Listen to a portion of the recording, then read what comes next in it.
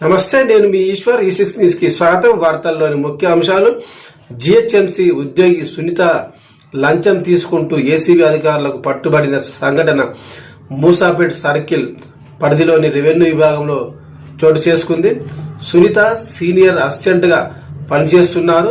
హిమాయత్ నగర్ కు చెందిన ఓ బాధితుడు మూసాపేటలోని తన తల్లిదండ్రులకు సంబంధించిన ప్రాపర్టీ ట్యాక్స్ ను తన పేరు మీద ముటేషన్ చేసేందుకు జిహెచ్ఎంసీ అధికారులను సంప్రదించాడు.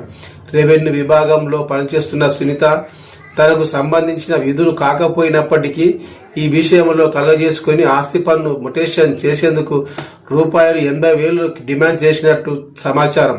సదరు బాధితుడు ఏసీబీ అధికారులను ఆశ్రయించాడు.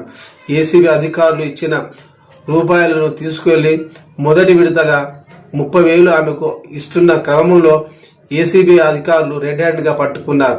ఏసీబీ అధికారులు సునీతతో పాటు రెవెన్యూ శాఖలో పనిచేసే పలువురిని ప్రశ్నించినట్లు తెలిసింది. లంచం విషయంలో కొంతమంది ప్రమేయం కూడా ఉన్నట్లు ఏసీబీ అధికారులు అనుమానిస్తున్నారు.